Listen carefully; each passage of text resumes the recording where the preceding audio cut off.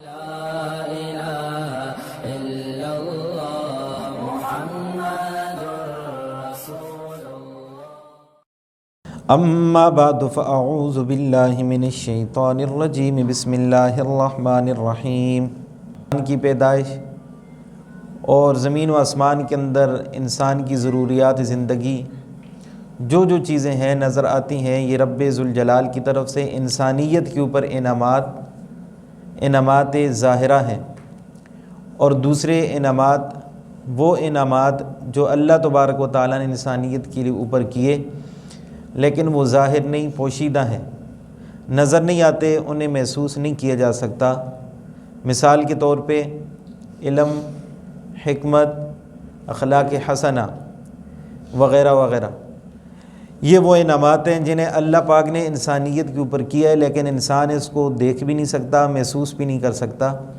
ہاں، جب کسی دوسرے انسان کے ساتھ معاملات چلتے ہیں تو پھر بندے کے اخلاق ظاہر ہوتے ہیں کہ یہ اخلاق قبیحہ کا مالک ہے یا اخلاق حسنہ کا مالک ہے، اور جب بات چیت چلتی ہے تو پتہ چل جاتا ہے کہ یہ علم اور حکمت والی شخصیت ہے، یہ جاہل ہے۔ واسطہ پڑھنے کے بغیر ان چیزوں کا ظہور ممکن نہیں۔ تو اللہ تبارک و تعالیٰ نے اس سے پہلی آیات کریمہ کے اندر انعامات ظاہرہ کو، محسوس ہونے والے انعامات کو بیان فرمایا۔ یہاں سے اللہ تبارک و تعالیٰ ان انعامات کو بیان فرما رہے ہیں جن کو انسان محسوس نہیں کرتا، انسان کے اوپر ظاہر نہیں ہوتے، جیسے علم وغیرہ، اللہ پاک اس کو بیان فرما رہے ہیں۔ وَإِذْ قَالَ رَبُّكَ لِلْمَلَائِكَةِ، اور جب کہا ربک، تمہارے رب نے، للملائکۃ، ملائکہ سے، فرشتوں سے، انی جاعل، کہ بے شک میں بنانے والا ہوں، فی الارض، زمین کے اندر، خلیفہ، نائب۔ قالوا، فرشتوں نے کہا، اتجعل فیہا، کیا آپ بنائیں گے، فیہا، اس زمین کے اندر، من یفسد فیہا، اس کو خلیفہ جو فساد برپا کرے گا زمین کے اندر، وَيَسْفِكُ الدِّمَاءَ، اور خون خرابہ کرے گا، وَنَحْنُ نُسَبِّحُ، اور ہم تسبیح بیان کرتے ہیں، بِحَمْدِكَ، آپ کی تعریف کے ساتھ،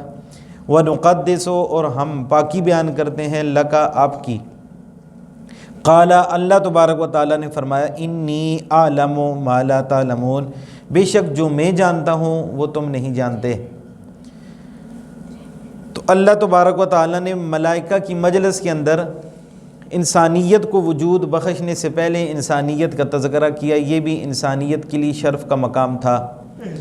اللہ تبارک و تعالیٰ نے ملائکہ کی مجلس کے اندر جو انسانیت کا تذکرہ کیا، بطور مشورے کے نہیں کیا، بلکہ فرشتوں کو خبر دینے کے لیے کیا۔ ملائکہ ایک نورانی مخلوق ہے جنہیں فرشتہ کہا جاتا ہے۔ یہ ایسی نورانی مخلوق ہے جنہیں رب ذوالجلال نے نور سے پیدا فرمایا۔ اللہ تبارک و تعالیٰ کی ذات کے ساتھ متصف بھی ایک نور ہے، اللہ نور السماوات والارض، لیکن وہ اللہ تبارک و تعالیٰ کی صفت جو نور ہے، وہ نور کوئی اور نور ہے۔ فرشتوں کو جس نور کے ساتھ رب ذوالجلال نے پیدا فرمایا وہ اور نور ہے۔ دونوں کے اندر فرق ہے کہ اللہ تبارک و تعالیٰ کا جو نور ہے وہ اللہ پاک کی صفت ہے، اللہ کی مخلوق نہیں۔ وہ اللہ تبارک و تعالیٰ کا نور ہمیشہ ہمیشہ سے تھا، ہمیشہ ہمیشہ رہے گا، لیکن جس نور کے ساتھ رب ذوالجلال نے فرشتوں کو وجود بخشا ہے، وہ نور اللہ تبارک و تعالیٰ کی مخلوق ہے۔ پہلے اللہ نے اس نور کو پیدا فرمایا، پھر اس نور سے اللہ تبارک و تعالیٰ نے فرشتوں کو وجود بخشا۔ تو فرشتوں والے نور کی ابتدا بھی ہے، انتہا بھی، لیکن رب ذوالجلال کی جو صفت نور ہے اس کی نہ کوئی ابتدا ہے نہ کوئی انتہا۔ تو دونوں کے اندر یہ ایک بہت بڑا فرق ہے۔ تو اللہ تبارک و تعالیٰ نے فرشتوں کی مجلس کے اندر ارشاد فرمایا، انی جاعل فی الارض خلیفہ،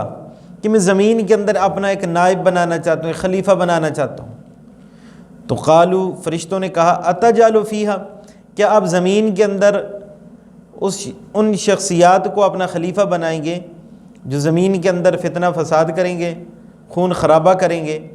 تو اللہ تبارک و تعالیٰ کی مجلس کے اندر فرشتوں نے ایسی بات کرنے کی جسارت کی۔ تو یہاں پہ ایک چھوٹا سا اعتراض دماغ کے اندر آتا ہے کہ اللہ پاک نے انسانیت کو ابھی تک پیدا کیا نہیں تھا، ان کی خصلتیں ابھی تک ظاہر نہیں ہوئی تھیں، ان کی عادات و اطوار ابھی تک لوگوں کے سامنے روشناس نہیں ہوئی تھیں، پھر فرشتوں نے اللہ تبارک و تعالیٰ کے سامنے کیسے اعتراض کر دیا کہ یہ انسان خون خرابہ بھی کرے گا، یہ فتنہ فساد بھی برپا کرے گا، تو وہ تو علام الغیوب فرشتے تو نہیں، علام الغیوب تو رب ذوالجلال کی ذات ہے، تو فرشتوں نے کیسے سوال کر دیا؟ تو اس سوال کے مفسرین اکرام نے کئی سارے جوابات دیے ہیں۔ ان میں سے ایک جواب تو یہ کہ اللہ تبارک و تعالیٰ نے انسانیت کو وجود دینے سے پہلے تقریباً 2000 سال قبل جنات کو وجود بخشا تھا، جنات کو دنیا کے اندر آباد فرمایا تھا۔ تو جنات کے اندر بھی خیر اور شر دونوں چیزیں موجود ہیں، انسان کے اندر بھی خیر اور شر دونوں چیزیں موجود ہیں، لیکن جنات کا خمیر آگ ہیں، آگ سے وہ بنے ہیں، ان کے اندر شرارت خیر سے زیادہ تھی، تو وہ دنیا کے اندر فتنہ کرتے تھے، فساد کرتے تھے اور خون خرابہ کرتے تھے۔ تو فرشتوں نے ان کی حرکات کو نوٹ کیا تھا، تو انہوں نے فرشتوں نے نوع جنات کے اوپر نوع انسانی کو قیاس کیا کہ جنات کی نوع کو بھی اللہ پاک نے پیدا کیا، اس کے اندر خیر اور شر دونوں چیزوں کو رکھا، تو ایسی ایک اور نوع رب ذوالجلال پیدا کرنے والے، تو وہ بھی دنیا کے اندر یوں کرے گی۔ تو انہوں نے گمان کے اوپر جنات کے اوپر قیاس کر کے اس وقت فرشتوں نے یہ بات کر دی تھی، حقیقت حال کا ان لوگوں کو علم نہیں تھا۔ دوسرا جواب کہ اللہ تبارک و تعالیٰ کا جو کلام ہے یہاں پہ اجمال بیان ہے، تفصیل رب ذوالجلال نے نہیں بیان فرمائی۔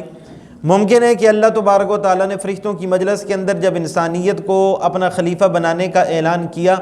تو ممکن ہے رب ذوالجلال نے ساتھ ساتھ انسانیت کی خصلت بھی ان کے سامنے رکھی ہو کہ ان کے اندر خیر بھی ہوگا، ان کے اندر شر بھی ہوگا، ان کو میں اختیار دے دوں گا وہ فتنہ فساد کریں یا نیکوکاروں کی طرف آ جائیں۔ تو سارے کے سارے معاملات اللہ نے فرشتوں کے سامنے کھولے ہوں، تو ان سارے کے سارے معاملات کو تو اللہ پاک نے اپنے قرآن کے اندر بیان نہیں فرمایا، صرف اور صرف فرشتوں کی اس بات کو اللہ تبارک و تعالیٰ نے اپنے کلام کا حصہ بنا دیا۔ ممکن ہے کہ فرشتوں کے سامنے اللہ پاک نے انسانیت کی خصلت کو کھولا ہو، تب فرشتوں نے یہ اعتراض کیا ہو۔ تیسرا جواب علماء کرام نے یہ دیا کہ اللہ تبارک و تعالیٰ نے انسانیت کو ابھی پیدا نہیں فرمایا، لیکن اپنے علم کی بدولت، کہ ہمارا علم تو وہ ہے کہ جب ہم کسی چیز کو دیکھ لیں، جانچ لیں، پرکھ لیں، تب ہمیں اس چیز کا علم حاصل ہوتا ہے، لیکن رب ذوالجلال کا علم تو وہ ہے کہ ابھی ایک چیز کا وجود آیا ہی نہیں، اس سے پہلے رب ذوالجلال اس چیز کو جانتے ہیں۔ تو اللہ تبارک و تعالیٰ نے اپنے علم کی بدولت انسان کی خصلتوں کو، ان کی عادات کو، کون سا انسان شقی ہوگا، کون سا بدبخت ہوگا، کون سا سعید خوش قسمت ہوگا، اللہ تبارک و تعالیٰ نے ہر بندے کی تقدیر اس لوح محفوظ کے اندر لکھ دی تھی۔ تو فرشتوں نے اس لوح محفوظ سے ان تقدیروں کو پڑھ لیا تھا، انسان کی عادات و اطوار ان لوگوں کو سمجھ آ گئی تھی ان فرشتوں کو، تو انہوں نے یہ والا اعتراض کر دیا۔ تو رب ذوالجلال نے ان کے اس سوال کے جواب کے اندر سوال انہوں نے ساتھ یہ کیا کہ وہ دنیا کے اندر فتنہ فساد کریں گے، ساتھ ساتھ فرشتوں نے ساتھ ساتھ یہ کہا وَنَحْنُ نُسَبِّحُ، اور ہم ہیں تسبیح کرنے والے، بِحَمْدِکَ آپ کی تعریف کے ساتھ، وَنُقَدِّسُ لَكَ، اور ہم آپ کی تقدیس کو، آپ کی پاکی کو بیان کرنے کے لیے ہیں۔ تو گویا فرشتوں نے یہ بات ظاہر کی کہ اللہ پاک ان انسانوں کو خلیفہ نہ بنائے، آپ کی عبادت اور ریاضت کے لیے ہم لوگ کافی ہیں۔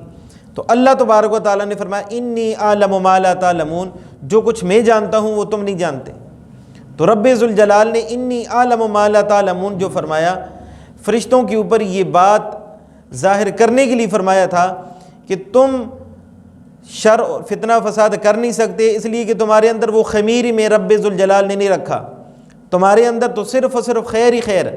نیکی کا جذبہ رکھا ہوا ہے، اس کے علاوہ تمہارے اندر خواہشات موجود نہیں، تمہارے اندر احساسات موجود نہیں، تمہیں بھوک پیاس محسوس نہیں ہوتی، تمہارے ساتھ دنیا کے لوازمات اور نہیں لگے ہوئے، تمہیں نیند نہیں آتی، تمہاری نشو و نما کا سلسلہ نہیں، کہ ساری کی ساری چیزیں میں نے تو انسان کے ساتھ رکھی ہوئی ہیں۔ پھر فرشتے مختلف عبادات کے اوپر مامور ہیں، وہ عبادات کر رہے ہیں، لیکن انسانیت کو رب ذوالجلال نے مختلف عبادات دینی تھی۔ پھر اللہ پاک نے فرشتوں کے اوپر اس بات کو ظاہر کرنا تھا کہ جس انسان کو میں ضروریات زندگی، خواہشات، جذبات سارا کچھ دے دوں گا، پھر اختیار بھی دے دوں گا کہ تو نے نیکی کرنی ہے تو نیکی کر لے، شر کرنا ہے تو شر کر لے،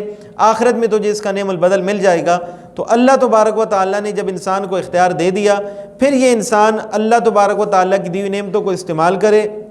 اور استعمال کرنے کے بعد رب ذوالجلال کے در کے اوپر آ کے جھک جائے۔ تو اس انسان کی تھوڑے وقت کی عبادت رب ذوالجلال فرشتوں کی سالہ سال کی عبادت سے زیادہ مقدم بنا دیں گے، زیادہ باعث فضیلت بنا دیں گے۔ سیدنا عثمان غنی رضی اللہ تعالیٰ عنہ کی مسلم شریف کے اندر یہ روایت موجود ہے کہ نبی علیہ الصلوۃ والسلام نے فرمایا کہ میرا کوئی امتی اگر عشاء کی نماز جماعت کے ساتھ ادا کر لے، پھر وہ سنت کے اہتمام کرتے ہوئے سو جائے،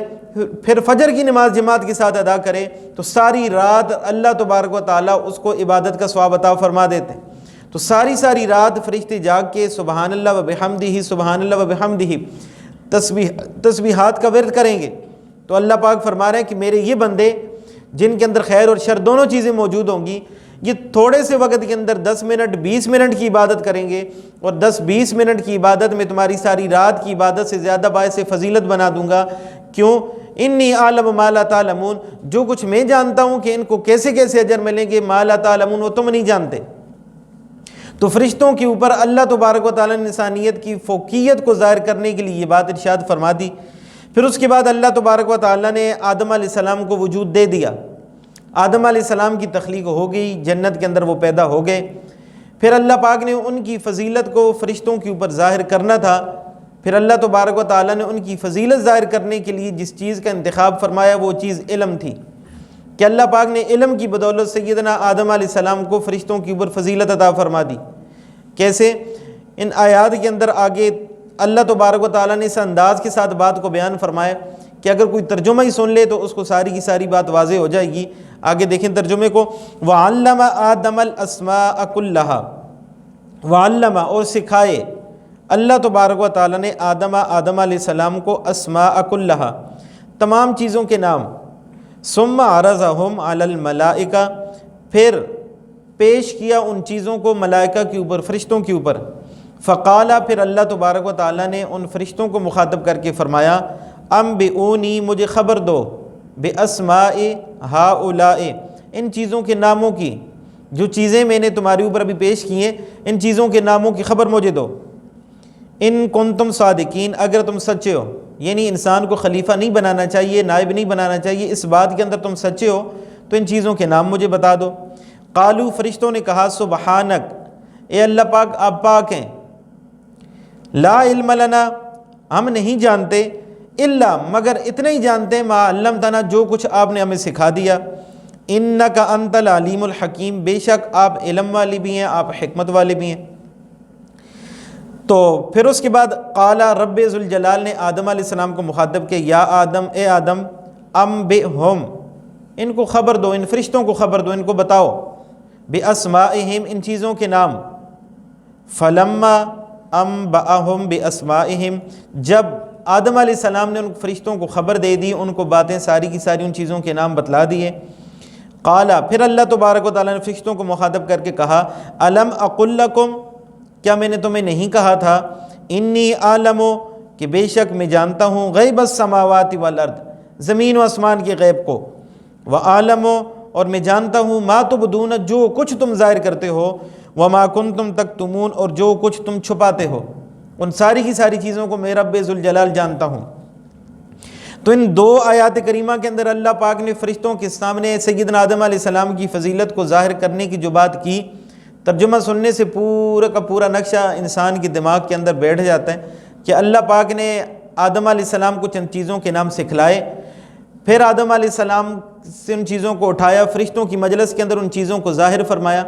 پھر فرشتوں سے کہا کہ ان چیزوں کے نام مجھے بتا دو اگر تم سچے ہو۔ تو فرشتوں کو تو ان چیزوں کے نام نہیں آتے تھے، تو انہوں نے کہا اللہ پاک آپ پاک ہیں،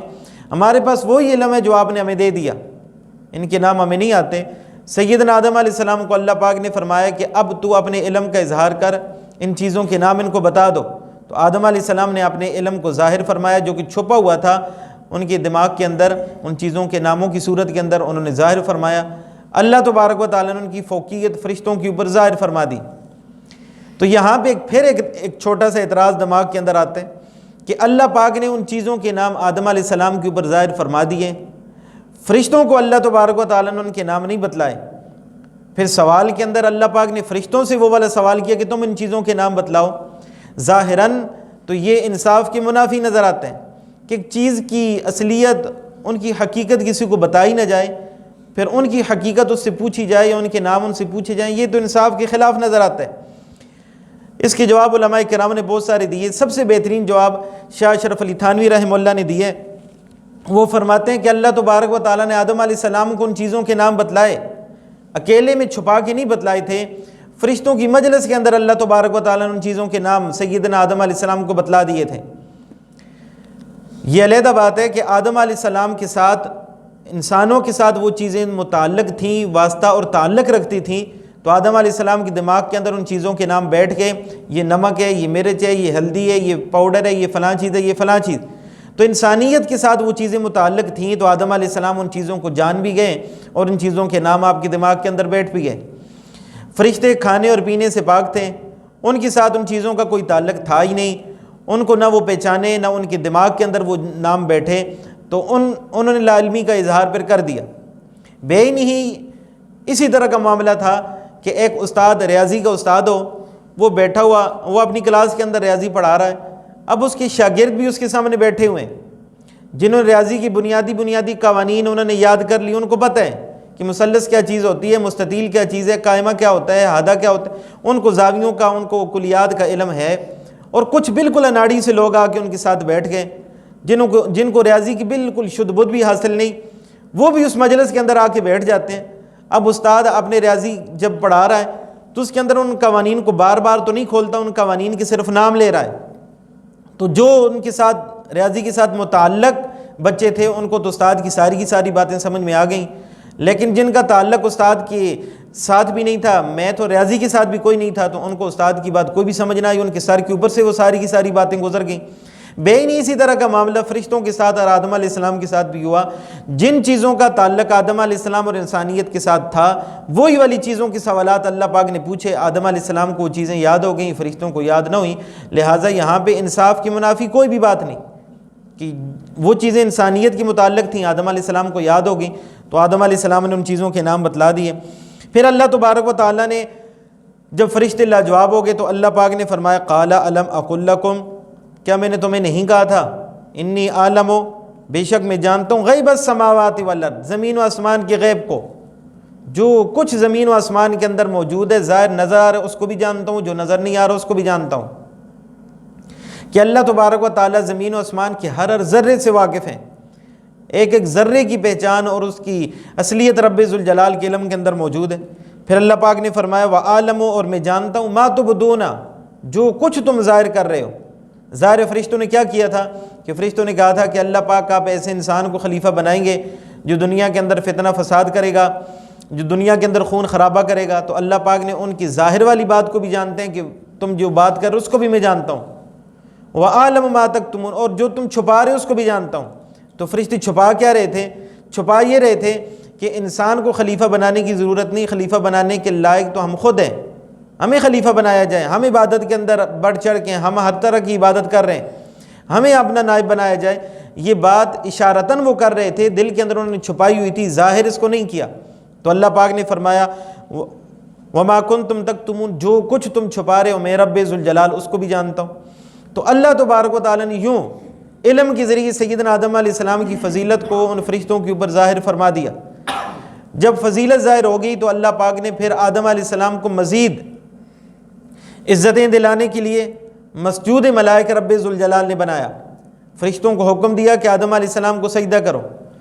تو مزید تقرب، مزید عزت، مزید مقام رب ذوالجلال نے آدم علیہ السلام کو دیا۔ اس کو اللہ پاک بیان فرما رہے ہیں وَإِذْ قُلْنَا، جب ہم نے کہا للملائکہ، ملائکہ سے، فرشتوں سے، اسجدوا، سجدہ کرو لآدم، آدم علیہ السلام کو، فسجدوا، پس سجدہ کر دیا سارے کے سارے فرشتوں نے، الا ابلیس، مگر ابلیس نے نہیں کیا، ابا، تکبر کیا، ابا، انکار کیا، واستکبر، اور تکبر کیا، وکان من الکافرین، اور کافروں میں سے ہو گیا، انکار کرنے والوں میں سے ہو گیا۔ تو یہاں سے سیدنا آدم علیہ السلام کی مسجود ملائکہ ہونے کو اللہ نے بیان کیا کہ آدم علیہ السلام کو رب ذوالجلال نے شرف عطا فرما دیا علم کی وجہ سے، کہ ان کے پاس علم ہے، تو علم کی وجہ سے یہ فرشتوں کے اوپر فضیلت لے گئے، ان سے برتر ہو گئے، ان سے اعلیٰ ہو گئے۔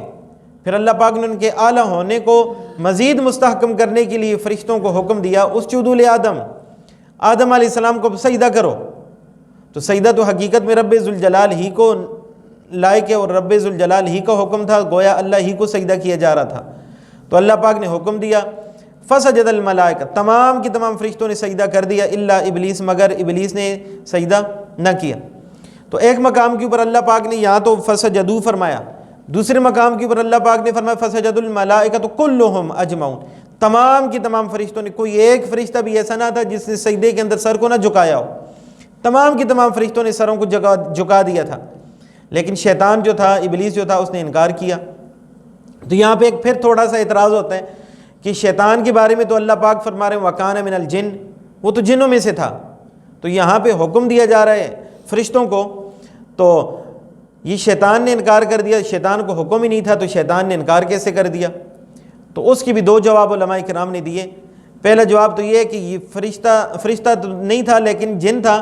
لیکن جنوں کے اندر یہ کامل عبادت بھی کرتا تھا اور اس کے پاس علم بھی بہت زوروں کا موجود تھا۔ اللہ تبارک و تعالیٰ نے اس کے علم کی وجہ سے، اس کی تابعداری فرمانبرداری کی وجہ سے اس کو جنات کی مجلس سے اٹھایا، فرشتوں کی مجلس کے اندر بٹھا دیا۔ اب یہ فرشتوں کے پاس بیٹھتا تھا، ان کو علم بھی سکھاتا تھا، اس کو معلم الملکوت کہا جاتا تھا۔ لیکن جب فرشتوں کی مجلس کے اندر بیٹھا، بے شک جن تھا لیکن فرشتوں کی مجلس کے اندر جب یہ شریک ہوا کرتا تھا تو اللہ پاک کا فرشتوں کا جو بھی حکم ہوتا تو اس کے ساتھ اس کو بھی خطاب وہی والا ہوا کرتا تھا۔ اور دوسرا جواب علماء کرام نے دیا کہ یہاں پہ اللہ پاک نے اجمال کو بیان کیے، صرف فرشتوں کا نام لے لیے، لیکن دوسرے مقام کے اوپر اللہ تبارک و تعالیٰ اسی شیطان سے، ابلیس سے اللہ پاک سوال کر رہے ہیں کہ تو تجھے کیا ہو گیا تھا کہ تو نے سجدے سے انکار کیا جب میں نے تجھے سجدے کا حکم دے دیا تھا؟ تو سورہ اعراف کے اندر شیطان سے اللہ تبارک و تعالیٰ یہ والا سوال کر رہے ہیں کہ ما منعک الا تسجد اذ امرتک، تجھے کس چیز نے روکا تھا کہ تو سجدے سے تجھے کس چیز نے روک دیا تھا؟ اذ امرتک، جب تجھے میں نے حکم دے دیا تھا۔ معلوم ہوا کہ شیطان کو بھی اللہ تبارک و تعالیٰ نے سجدے کا حکم دیا ہوا تھا اور وہ فرشتوں کی مجلس کے اندر تھا تو اس کو بھی سجدہ کرنا چاہیے تھا، ابا، اس نے سجدے سے انکار کر دیا۔ واستکبر، اور تکبر کیا، تکبر کر کے اس نے کہا انا خیر منہ خلقتنی من نار وخلقتہ من طین، کہ میں تو آگ سے بنا ہوں، یہ مٹی سے بنا ہے، تو مٹی پستی کے اندر ہوتی ہے، پاؤں کے نیچے روندی جاتی ہے، آگ بلندی کی طرف اٹھتی ہے، بلندی والی چیز پستی والی چیز کو کیسے سجدہ کریں؟ اس نے اپنی ایک لاجک پیش کی، انسان کو حقارت کی نگاہ سے دیکھا۔ ارأیتک ھذا الذی کرمت علی، اللہ کو مخاطب کر کے طعنہ دینے لگا، ارأیتک ھذا الذی کرمت علی،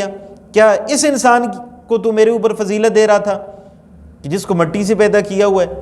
تو اللہ تبارک و تعالیٰ کے ساتھ تان و تشنیع اور اس قسم کی باتیں، جس طرح عورتیں آپس میں لڑائیاں جھگڑے کرتی، لان تان، اس طرح کے معاملات اس نے اللہ تبارک و تعالیٰ کے سامنے کی۔ صرف اور صرف شیطان نے انسان کو حقیر ظاہر کرنے کی کوشش کی، اور انسان جس کو اللہ پاک نے اشرف المخلوق بنایا، سب سے پہلے اس کو حقارت کی نگاہ سے دیکھنے والا وہی شیطان مردود تھا، اور سب سے پہلے انسان کی تعظیم کرنے والے وہ ملائکہ اور فرشتے تھے۔ تو اس لیے انسان کی تعظیم، انسان کی عزت اور اکرام دل و دماغ کے اندر انسان کے موجود ہو تو وہ سمجھ لے کہ میرے اندر ملائکہ والی صفات موجود ہیں،